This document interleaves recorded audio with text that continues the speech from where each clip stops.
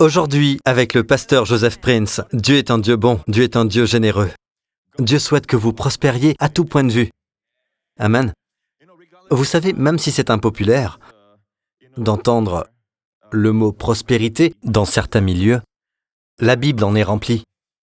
La Bible dit dans 3 Jean 2, « Bien-aimé, je souhaite que tu prospères à tout point de vue. » Il parle du cœur de Dieu. L'apôtre n'aurait pas écrit une chose qui ne représenterait pas le cœur de Dieu. Amen. Toute l'écriture est inspirée, y compris 3 Jean 2. Et Dieu dit, « Bien-aimé, je souhaite que tu prospères à tout point de vue. » Imaginez cela, plus que toute autre chose que Dieu désire pour vous. Dieu dit, « Je désire, je prie que tu prospères à tout point de vue. » Et sois en bonne santé, à l'image de ton âme. Cela couvre donc les 3 dimensions de l'homme. Santé pour le corps, la prospérité pour son âme, à l'image de son âme. Et non seulement cela, que tu prospères et sois en bonne santé, que tu prospères matériellement, extérieurement, que tu prospères dans les relations. Mais Dieu veut simplement nous bénir et nous donner ses bénédictions. Amen. Ce que je vais partager va vous bénir. Ça va vous aider, mais avant ce sera comme les médicaments qui parfois ne sont pas très agréables à prendre. Mais devinez quoi? Après cela, vous irez mieux.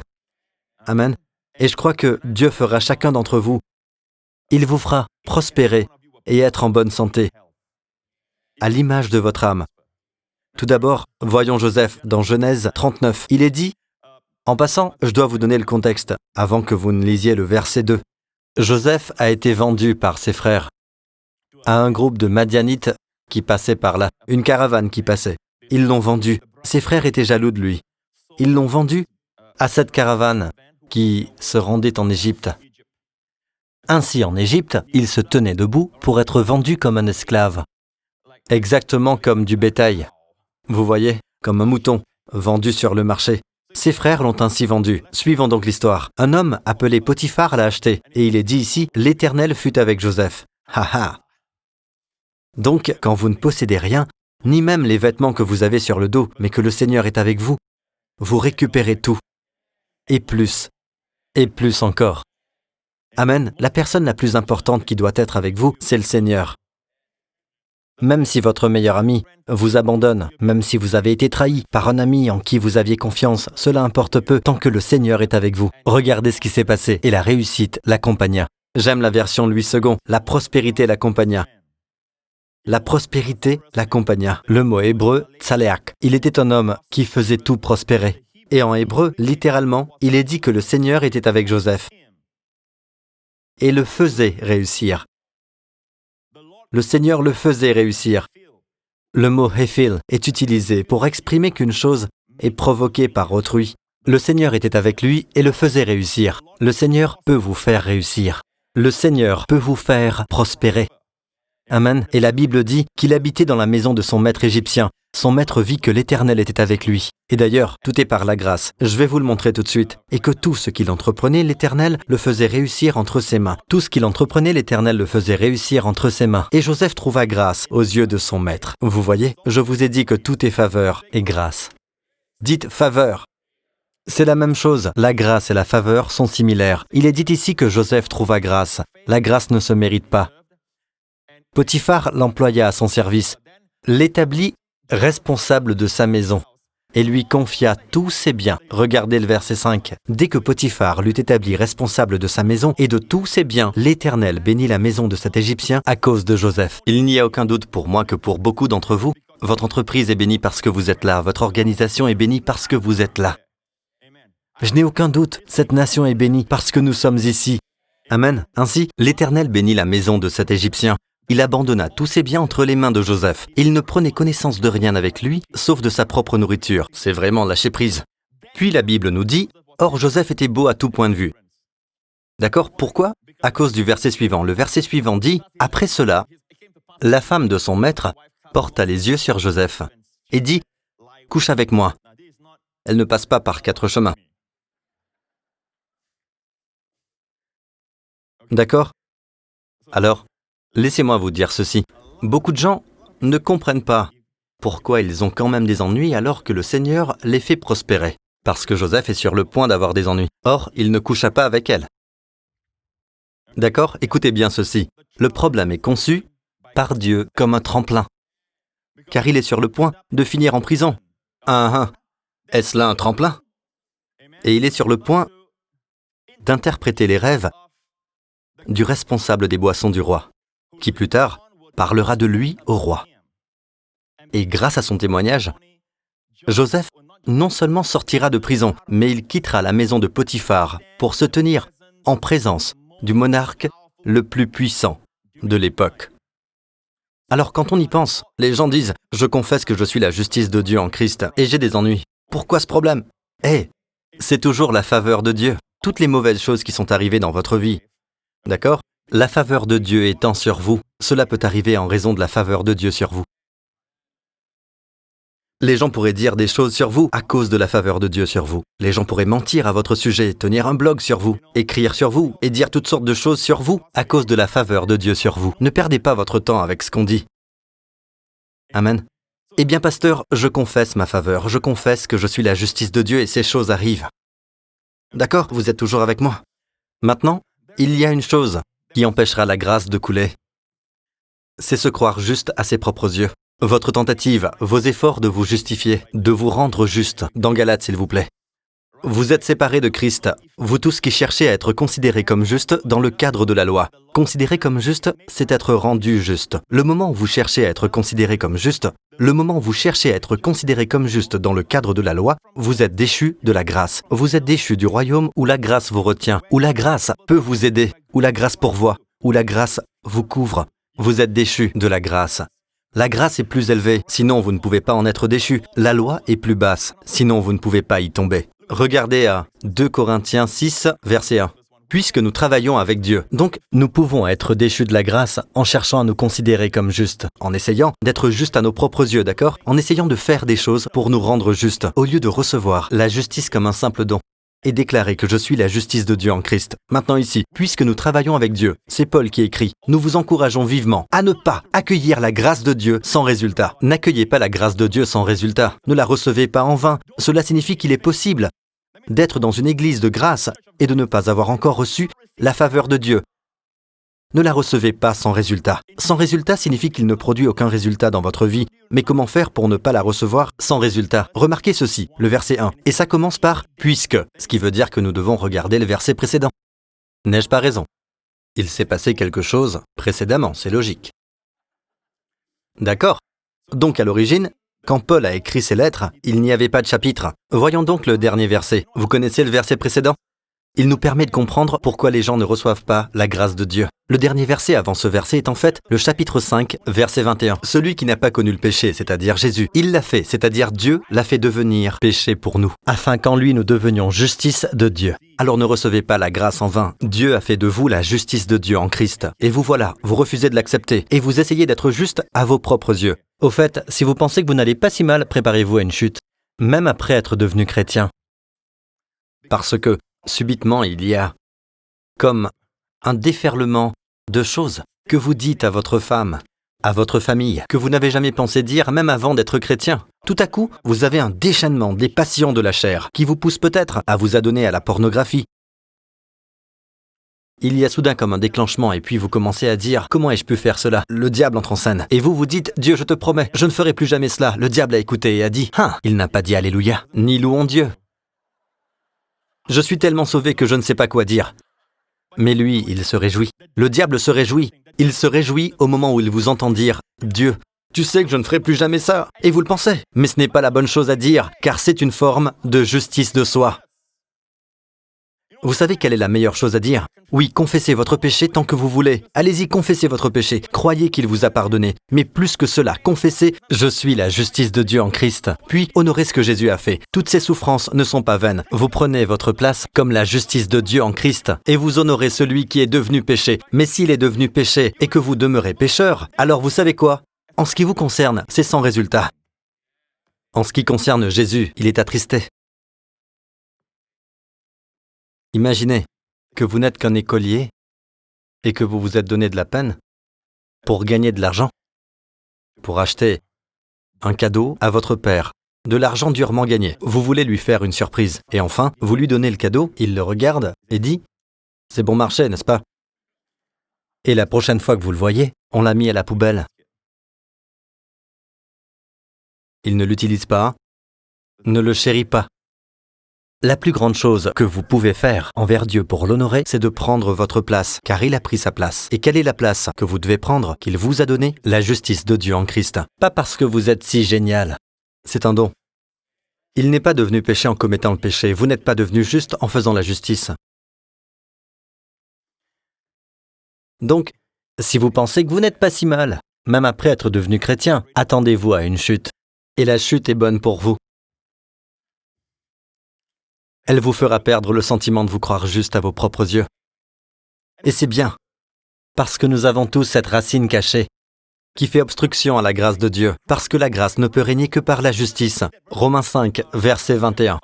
Ainsi, de même que le péché a régné par la mort, de même la grâce, la faveur de Dieu, la grâce règne par la justice. Pour la vie éternelle, par Jésus-Christ notre Seigneur. Vous voulez que la faveur règne dans votre vie, qu'elle règne en roi dans votre vie. Voulez-vous que la faveur de Dieu règne chez vos enfants? Voulez-vous que la faveur de Dieu règne dans vos affaires, qu'elle règne dans votre famille? Amen. Que la grâce de Dieu règne dans votre corps. Voulez-vous cela? Elle ne règne, en grec on dit dia, que par les justes, à travers la justice. Mais si vous ressentez la conscience du péché, je ne comprends pas comment j'ai pu faire cela. Mon Dieu, je suis vraiment désolé. Je promets de ne plus jamais le refaire. Ou encore, la prochaine fois, je ne le ferai pas. Tout cela est une forme de justice de soi, essayant d'expier vos péchés par vos propres efforts. Lorsque vous êtes sur le point de chuter, la chose la plus humble à faire, c'est de dire au Seigneur, « Seigneur, je reconnais mon péché et je reçois ton pardon. Et je déclare que je suis la justice de Dieu en Christ. » Et je vous le dis, vous vous en sortirez sans effort. Or, le diable projeta de faire le mal. Mais tout est maintenant renversé. Maintenant, vous appréciez encore plus la justice et vous avez une plus grande crainte de votre chair. Alors, beaucoup d'entre nous connaissent la chair. Qu'est-ce que la chair déjà? Cette partie de vous qui veut encore faire le mal. Vous l'avez, je l'ai, nous l'avons tous. Ne vous y trompez pas. Nous l'avons tous. Le problème avec la chair, c'est ceci. Nous savons tous que la chair... Affichez le tableau sur la chair, s'il vous plaît. Nous connaissons tous la chair. Comme chez les pharisiens, c'est la justice de soi. L'orgueil, la vanité, elle produit un complexe de supériorité. Parce que je suis ceci, cette personne est inférieure. Parce que j'ai un diplôme, cette personne est inférieure. En raison de ma position, celui-ci est inférieur. Parce que je vaux autant d'argent, cette personne est inférieure à moi. Parce qu'il gagne moins. Parce que je vis dans une telle maison, donc je suis ceci. Complexe de supériorité, c'est la chair. Et l'apôtre Paul, affichez la lettre de l'apôtre Paul aux Philippiens. Mes frères et sœurs, réjouissez-vous dans le Seigneur. Je n'hésite pas à vous écrire les mêmes choses et cela contribue à votre sécurité. Réjouissez-vous dans le Seigneur et non dans votre chair. Non en vous-même, dans le Seigneur, non en votre statut, mais dans le Seigneur. Attention aux chiens, attention aux mauvais ouvriers, aux faux circoncis. C'est de là que vient l'idée d'installer des panneaux « Attention aux chiens » sur les portails. Au moins, ils ont un verset biblique dans leur maison. Enfin, à l'entrée, attention aux chiens. D'accord. Revenons aux chiens, je vous prie. Maintenant, savez-vous à qui il se réfère? À qui se réfère-t-il? Les Juifs. Appelez les gentils, les païens, les chiens. Paul a inversé ce propos en parlant des pharisiens. De ceux qui tentent de promouvoir la loi afin de protéger leur propre justice en s'opposant à l'évangile de la grâce. Il les appelle les faux circoncis parce qu'ils vous diront de vous faire circoncire. Et Paul dit, en parlant d'eux, faites attention aux faux circoncis. Des mots forts. Ne nous éternisons pas. Passons au verset 3. En effet, les vrais circoncis, c'est nous qui rendons notre culte à Dieu par l'Esprit de Dieu, qui plaçons notre fierté en Jésus-Christ et qui ne mettons pas notre confiance dans notre condition, notre chair. Nous ne mettons pas notre confiance dans notre condition, regardez bien. Qu'est-ce que la chair alors? Que veut dire ne pas mettre notre confiance en la chair? Pourtant moi-même, je pourrais mettre ma confiance dans ma condition. Si quelqu'un croit pouvoir se confier dans sa condition, je le peux encore. J'ai été circoncis le 8e jour. Je suis issu du peuple d'Israël, de la tribu de Benjamin. Je ne suis pas simplement un Hébreu, mais un Hébreu né d'Hébreu. En ce qui concerne la loi, j'étais pharisien. Il dit, si vous voulez vous glorifier, je peux me glorifier selon la chair. La confiance dans la chair, c'est en fait la dépendance, la confiance et l'assurance dans vos efforts, dans vos réalisations. Revenons au tableau sur la chair. La chair peut aussi se manifester de l'autre manière, comme ceci. Honte, condamnation, attitude défensive, effort pour expier ses péchés, Tentative de se défendre, essayer de se rattraper en disant « Je sais que je n'aurais pas dû. Laisse-moi faire ceci. Laisse-moi faire ça pour toi. Laisse-moi faire cela, Seigneur. Seigneur, j'irai sur le champ de mission. Je vais doubler la dîme. Je... Non, mes amis, quand vous avez péché, la réaction des gens, bien souvent, est ainsi. Dites, Pasteur Prince, vous ne croyez pas qu'il devrait y avoir une certaine tristesse dans le cœur? C'est ce qu'on appelle la tristesse selon Dieu, et j'y crois. La tristesse selon Dieu produit la repentance. Ce n'est pas la honte, la condamnation, ça c'est ce que le diable veut que vous ressentiez. Être sur la défensive. Donc, quand vous péchez, c'est toujours la chair. Qu'il s'agisse d'orgueil, c'est centré sur soi-même, être accaparé, concentré par soi-même. Et la honte, c'est toujours à vous que vous regardez. Vous ne regardez pas à Dieu et à sa grâce et ce que Jésus a fait. Le fait que Dieu ait fait Jésus devenir péché pour vous, pour que vous deveniez justice. Vous ne regardez pas à cela. Vous vous dites, comment ai-je pu faire cela? Vous vous sentez mal, honteux. Non, mes amis, parfois les gens se sentent mal d'avoir blessé leur femme. Ils se sentent mal d'y avoir exposé leurs enfants. Ils se sentent mal que leurs amis l'aient découvert.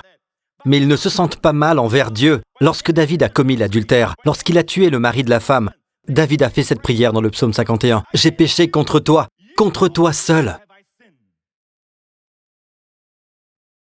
Comment David a-t-il pu dire cela? Il a dit à Dieu, « J'ai péché contre toi seul. » Il a tué Uri. Il a commis l'adultère avec sa femme. Il a fait honte à ceux qui étaient au courant. Honte à la nation d'Israël devant les autres nations. Au Dieu d'Israël, à ce dont il est capable. Et au lieu de ça, qu'a-t-il fait? Il l'a dit à Dieu. Tout péché est en fait un péché contre Dieu. Mais on peut se sentir désolé horizontalement, sans jamais vraiment se sentir mal verticalement. Vraiment, son honneur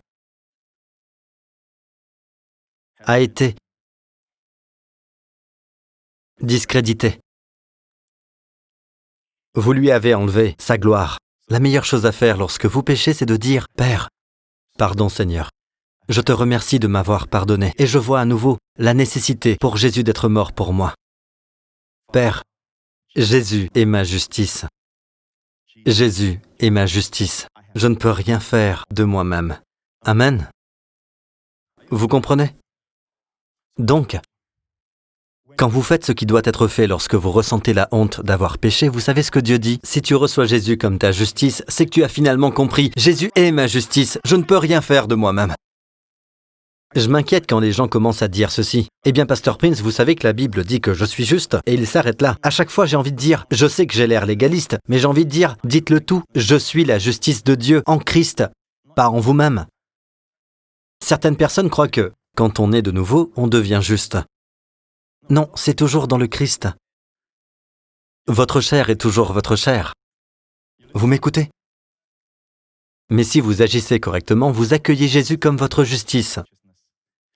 Et vous dites, Seigneur, tu es vraiment ma justice. Savez-vous ce qui va se passer? Vous le savez, vous serez restauré à 120%. Dans Ésaïe 61, Dieu dit, au lieu de la honte, vous aurez une double part.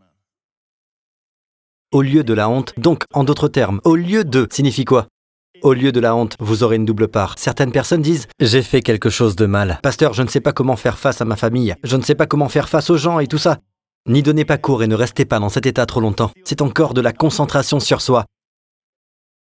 Cela mettra fin à la faveur de Dieu. L'orgueil dit « Voilà ce que je suis. Je suis ainsi. » Et certainement pas comme cela. Cela empêchera la grâce de couler. C'est de la concentration sur soi. Et cette concentration sur soi peut passer inaperçue. Je m'en veux tellement, j'ai tellement honte. Arrêtez ça! Et soyez concentrés sur Christ. Et vous savez, quand vous êtes concentrés sur Christ, affichez s'il vous plaît, c'est dans le calme et la confiance. En effet, voici ce qu'avait dit le Seigneur l'Éternel, le Saint d'Israël. C'est dans le retour à moi et le repos que sera votre salut. Yasha, quelle que soit la situation dans laquelle vous vous trouvez, vous serez sauvés de votre honte, vous serez sauvés des conséquences si vous retournez au Seigneur dans le repos. Et Dieu dit, c'est dans le calme et la confiance que sera votre force. Mais vous ne l'avez pas voulu. Ainsi, quand vous êtes concentré sur Christ, ne regardez pas à vous-même. L'orgueil, c'est regarder à soi-même. La honte, c'est aussi regarder à soi-même. Oui, vous devez avoir la tristesse selon Dieu, la tristesse d'avoir offensé Dieu. Mais après cela, non, le diable m'a piégé dans ce domaine. D'accord Seigneur, je te reçois Jésus comme ma justice. Et devinez quoi? Vous êtes concentré sur Christ dès l'instant que vous tournez les yeux vers lui. Regardez ça, c'est dans le calme et la confiance que sera votre force. Le calme et la confiance remplaceront tout votre orgueil, toute votre vanité, toute votre attitude défensive, tous vos efforts pour expier vos péchés, toute votre honte. Au lieu de cela, ce sera une confiance tranquille. Je prie au nom de Jésus que jamais vous ne vous mettiez à croire aux bonnes résolutions, à la volonté, à l'effort personnel, à la détermination, toutes ces choses du monde. Mais je prie que vous vous fiiez à la faveur de Dieu, que Jésus soit votre justice et que vous appreniez à le connaître de plus en plus, car en Jésus vous avez trouvé le but pour votre cœur et rien ni personne ne pourra changer cela. Un emploi peut vous décevoir, un enfant peut vous décevoir, un amour peut vous briser le cœur. Mais si Jésus est l'objet de votre cœur, vous avez trouvé celui pour lequel votre cœur a été créé. Et la femme dit, « J'ai un puits maintenant, qui jaillit jusqu'à la vie éternelle. » Et le peuple de Dieu dit, « Amen, Amen, louons-le tous, Alléluia ! Merci Seigneur pour ton amour. »